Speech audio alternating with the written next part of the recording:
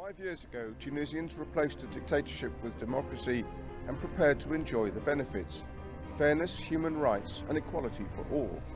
But many of the country's black community say they're still waiting for those freedoms, that racial abuse and discrimination are still widespread across Tunisian society, and that the authorities are failing to take action. People in power went to investigate. Tunisia, like every other country in North Africa, has a large minority of black people. Many do jobs that are menial or badly paid. They have little chance of improving their status. After the revolution of 2011, Tunisia adopted a new constitution. It declared that all citizens, male and female, are equal before the law without any discrimination.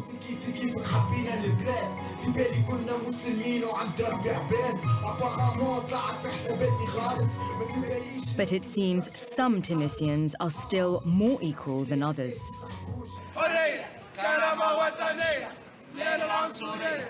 We found the country's black citizens often experience verbal abuse.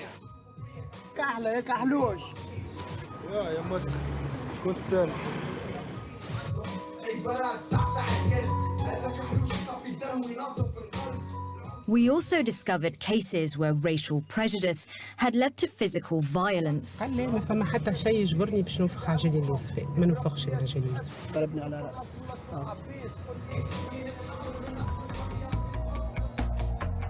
And in the south of the country, we found evidence of racial segregation that was disturbingly reminiscent of apartheid. No official figures exist, but people we spoke to believe around 15% of Tunisia's population is black, while most regard themselves as white.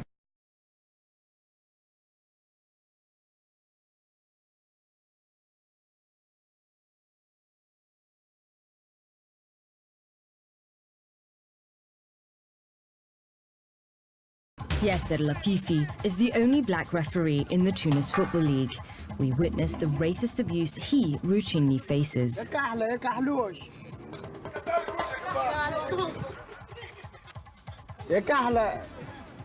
هي الكلمة ككلمة تأثر فيك على الآخر، يا محروق يدري شنو فهمت معناها برشا كلمات هكا يأثروا فيك على الآخر معناها يخلوا لك شنو نحكي لك جملة فهمتني هكا تطيح فهمتي في الروندمون خليك تخمم هكا ما عادش فهمتك اللي مركز على الماتش ولا حاجة تبقى غصة في القلب من داخل. للجمهور حتى حد منهم فهمتك نجم يعاقبوا لونترينور معناها شنو هو العقاب. We asked the Tunisian Football Federation to comment, but they did not get back to us. Other black professionals say they also have to suffer abuse in the workplace, as we found when we met Najiba Hamrouni. As an outspoken president of Tunisia's Journalists Union, she was attacked by conservative Islamist opponents. بمجرد أن تعاطيت أدافع عن حرية التعبير، أدافع عن حقوق الصحفيين، عن حماية الصحفيين، فبدل مناقشة أفكاري بل يتم العودة إلى لوني، وبرزت صفحات خاصة باسمي على الفيسبوك فيها صور مرة يحطوا لي وجهي صورة قرد وصورة نساء متاع الإفريقيات يعني في المزرعة في الضيعة ويكتبوا تحتها نجيبة حمروني هذه نجيبة حمروني يعني أساليب دنيئة جدا يعني ولا إنسانية بالمرة. The distorted images of Najiba's face were circulated in various forms. محامية ونشرت شريط فيديو على شبكات التواصل الاجتماعي استهدفتني شخصيا وسمتني بالاسم ونعتتني بنعوت عنصرية. رفعت قضية ضد هذه المحامية، توقفت القضية لأنه ليس هناك قانون يجرم العنصرية في تونس. Najiba was determined to file the case if only to spread awareness of the issue of racism at work, which she says permeates every level of Tunisian society. هناك بعض المحلات وبعض المطاعم وبعض المقاهي لا تشغل إلا السيرفر الأسود اللون لأن من يقدم الخدمة لابد أن يكون أسود اللون. It's not only that most black Tunisians are in low-paid jobs. Some careers, says Najiba, like the media and politics, seem almost off limits. معناش كثير صحفيين سود في تونس، يعني ما نلقاوش مذيع أو في التلفزة أو في الإذاعة أسمر البشرة. هل هناك وزير أسود طيلة حكم تونس من الاستقلال إلى اليوم؟ ما أن نخفي الأمر ونقول لا توجد عنصرية في تونس، فنحن كمن يخفي الشمس يعني بغربال. To find out more about the kind of abuse Black Tunisians say they experience, we met up with Hamza, a rapper who's trying to raise awareness of the problem through his music.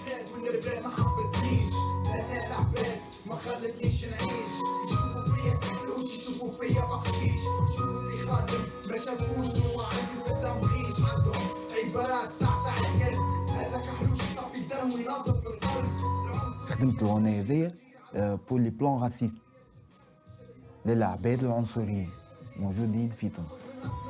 Hamza's song provoked mixed reactions. Some of it was deeply insulting, as he tells us. برا أمي نكتلو أمور راب زكمك القهبة تخسيب في روحك حاجة كبيرة كحلوش محقور 4 سوابع ونص عبيد مكروه ومناي تاريخك عندي قلبي يتقطع يلبي يبكي.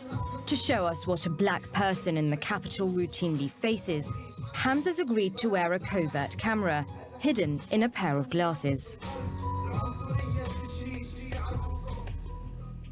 He set off to film whatever happens to him in the course of a typical day. Later, we'd catch up with him to view the footage.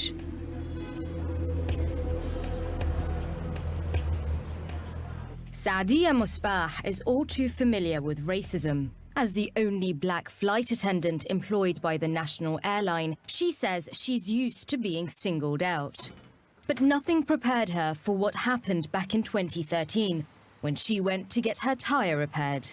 أول مرة ممكن نعاود ناقف في محطة البنزين هذيك. دخلنا الستاسيون باش نطلبوا منه يوفقنا العجلة. قال لي ما ننفخش عجالي لوصفاء. سبني هاني اللي انا مراه ما نصلحش. فولدي كانت رد فعله قال له المراه اللي ما تصلحش تحكي عليها امي. ومن بعد خلطوا عليه زوز زملاء نتاعو شدوا فارس يد من واحد شدوا من يد اليمين الاخر شدوا من يد اليسار شدوه هكا ما عادش ينجم يتحرك وهو يخنق فيه ويجر فيه على خاطر كان عندهم واحده حديد طويل باش يهزوا باش يضربوا به. قعدت بيناتهم ما نجمت حيرت اللي ناقف بينه بالودي وقلت ما يسالش اللي باش يصير ما يهمش. That night, Saadia drove to a police station to report the incident. The criminal codes of many countries contain specific categories for racially aggravated offences, but that's not the case in Tunisia, so Saadia started legal action on the grounds of assault. Zuhour Harbawi, a journalist with Tunis Hebdo newspaper, had no doubt what motivated the attack. Charguia, deux Tunisiens victimes d'un acte raciste. Et je dis, une Tunisienne et son fils ont été agressés verbalement et physiquement par un des pompistes de la station-service. Bon, j'ai mis le nom de la station, en direction de Tunis, et tout cela parce qu'ils étaient noirs. Donc, j'écris que le gamin réussit à s'extirper des mains de son agresseur, mais a été victime d'échymose au cou, à l'œil, à la tête et d'un traumatisme crânien, examen pratiqué à Charles Nicolle. Saadia's alleged attackers contest her account of events. In fact, they say she assaulted them. After 3 years, Saadia's legal case has yet to be resolved. But the experience pushed her to become an activist, fighting racial prejudice. By now, we'd been told by Black Tunisians of all ages that they regularly experienced abuse and discrimination. It was time to catch up with Hamza. He'd spent the day going around Tunis, equipped with a covert camera. We viewed his footage.